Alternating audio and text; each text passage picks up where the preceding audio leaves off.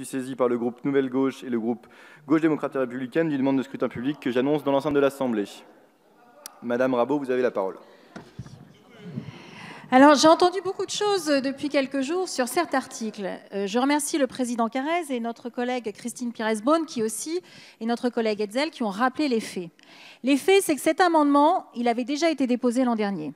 En dernière minute, comme ça s'est fait là avec les 4 députés lyonnais qui ont pris, j'imagine, leurs instructions chez le ministre de l'Intérieur, ancien maire de la ville de Lyon. Il est arrivé en dernière minute. Dernière minute. C'est la même rédaction que l'an dernier. Alors, vous fatiguez pas, c'est un copier-coller. Comme ça va plus vite à écrire. Comme il était arrivé au dernier moment, effectivement, il y avait eu un avis de sagesse en commission, mais en commission des finances en deuxième lecture, on a regardé les choses de manière plus attentive. Et qu'est-ce qu'on découvre? Qu'en France, Lyon a un statut particulier. Je veux bien que ce soit la ville des Lumières, mes chers collègues. Je veux bien que ce soit la ville des Lumières, mais être ville des Lumières n'autorise pas à avoir une loi à soi. La loi de la République, elle s'applique pour tout le monde, de la même façon. Alors j'entends qu'on dit, oui, mais ça concerne les transports.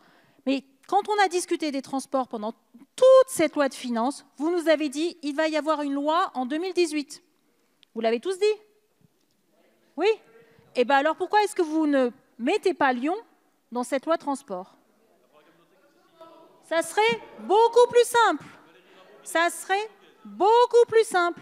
Et ça serait beaucoup plus juste. Mes chers collègues, nous ferons un recours en Conseil constitutionnel pour rupture d'égalité.